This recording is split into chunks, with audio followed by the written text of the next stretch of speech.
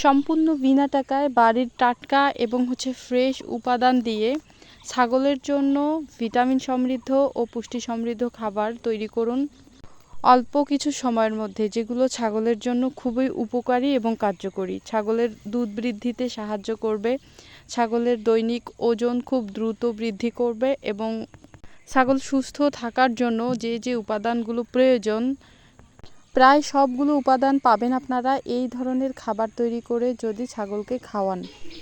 এবং এই খাবারগুলো খাওয়ালে আপনার ছাগলের কোনো রকম কোনো সমস্যা হবে না বা পেটের মধ্যে কোনো গ্যাস হবে না, হজম শক্তি অবশ্যই ঠিক থাকবে এবং ছাগল সুস্থ থাকবে।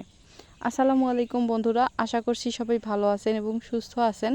দেহাগ্রাম এগ্রো ইউটিউব চ্যানেলের পক্ষ থেকে জানাচ্ছি অনেক অনেক শুভেচ্ছা এবং অভিনন্দন।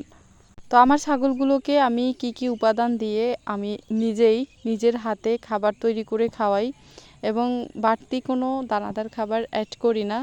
দানাদার খাবার বলতে আমার ছাগলের খাবার তালিকায় অর্থাৎ ছাগলের খাবার মেনুতে এই উপাদানগুলোই শুধু অ্যাড থাকে সব সময়, যার জন্য আমার ছাগলগুলো দেখবেন খুবই হেলথি এবং কোয়ালিটিফুল এবং অবশ্যই আমার ছাগলগুলো অল টাইম সুস্থ থাকে।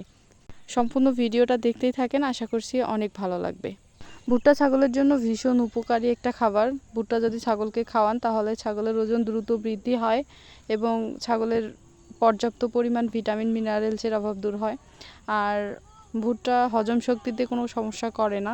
তবে ভুট্টা খাওয়ানোর কিছু নিয়ম আছে যেগুলো মানলে আপনার ছাগলের কোনো সমস্যা হবে না।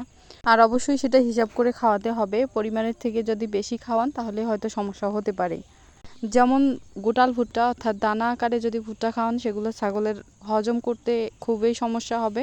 অনেক সময় সেগুলো হজম করতে পারবে না, কেননা দানা ভুট্টা খুবই শক্ত।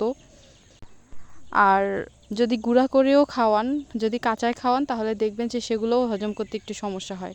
সব থেকে বেশি ভালো হয় গুঁড়াগুলো গরম পানি দিয়ে অর্থাৎ সিদ্ধ করে নিতে হবে।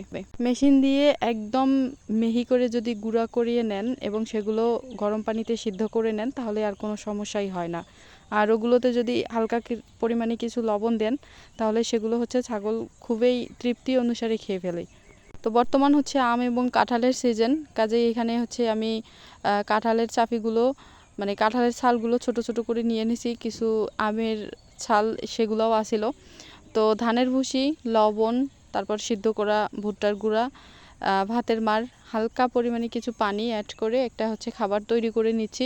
আর বর্তমান আমার ছাগলগুলোকে আমি এই খাবারগুলোই কিন্তু প্রতিদিনই খাওয়ানোর চেষ্টা করি, যার কারণে ছাগলগুলো মানে ওজন সব সময় আর কি ধরে রাখতে সাহায্য করে, ছাগলগুলো শুকায় না। এগুলো খাবারের পাশাপাশি পর্যাপ্ত পরিমাণে কাঁচা খাবার যদি খাওয়ান তাহলে অন্য কোনো আর দানাদার খাবার যেমন ফিড বা গমের ভুসি বা আরও ইত্যাদি আর কি, সরিষা খোল ইত্যাদি আর কি, অনেক রকমের খাবার আছে, ছোলা বুট আছে, এগুলো খাওয়ানোর কোনো প্রয়োজন হয় না। এমনিতেই কিন্তু এই খাবারগুলোই যথেষ্ট। অনেকেই মনে করে থাকে যে ছাগলের খাবার তৈরি করা থেকে শুরু করে ছাগল লালন পালন করা হয়তো অনেক কঠিন, অনেক কষ্টসাধ্য, বা ছাগলের খাবার তৈরি করা দানাদার খাবার না দিলে ছাগলের স্বাস্থ্য ভালো থাকে না, যার কারণে ছাগল টিকে না। তো এই সমস্ত কথা যারা ভাবেন, আসলে কাজ শুরু করার আগে যদি আপনারা ভয় পেয়ে যান বা পিছিয়ে যান তাহলে কিন্তু আপনারা কাজ করতে পারবেন না। আসলে মনের শক্তিটাই আসল কথা। আর এগুলো বিষয় একটু লজিক দিয়ে ভাবতে হয়, যেমন কি খাবার ছাগলগুলোকে খাওয়ালে ছাগলের স্বাস্থ্য ভালো থাকবে, কোনো হজমের সমস্যা হবে না। এই বিষয়গুলো আপনারা যদি নিজেই একটু চিন্তাভাবনা করে নিজের মতো করে ছাগল লালন পালন করতে পারেন তাহলে দেখবেন যে সেখান থেকে আপনারা অনেকটা খরচ কমিয়ে আনতে পারবেন এবং ছাগলের স্বাস্থ্য থাকবে ভালো। আর অবশ্যই এই বিষয়ে যারা অভিজ্ঞ বা আশেপাশে যদি খামারি থাকে বা ডক্টর থাকে, এই সমস্ত মানুষের সাথে সবসময় যোগাযোগ রাখবেন। চাইলে নিজে যেচে পরামর্শ চাইবেন। যে বিষয়গুলো আপনারা জানেন না সেই বিষয়গুলো জানতে চাইবেন এবং আরও জানা অজানা অনেক বিষয় আপনারা জানার চেষ্টা করবেন। তার পাশাপাশি ইউটিউব আপনারা দেখে শিখতে পারেন এবং প্র্যাকটিক্যালে যখন আপনারা এই কাজ করবেন এমনিতেই কিন্তু অনেক অভিজ্ঞতা অর্জন করতে পারবেন। সো সব থেকে বেশি ভালো হয় আপনারা ট্রেনিং নিয়ে প্র্যাকটিক্যালে করা শুরু করে দেন, তাহলে দেখবেন যে আপনারা অনেকটা এগিয়ে যাবেন এবং অনেক বিষয় আপনারা জানতে পারবেন এবং শিখতে পারবেন। তো আমি যে খাবারগুলো আমার ছাগলগুলোকে রেডি করে খাওয়াচ্ছি, যেভাবে লালন পালন করি, এতে কিন্তু আমার কোনো কনফিউজ থাকে না বা আমার কোনো ভয় লাগে না, আর কোনো রিস্ক হওয়ার আশঙ্কাও নেই।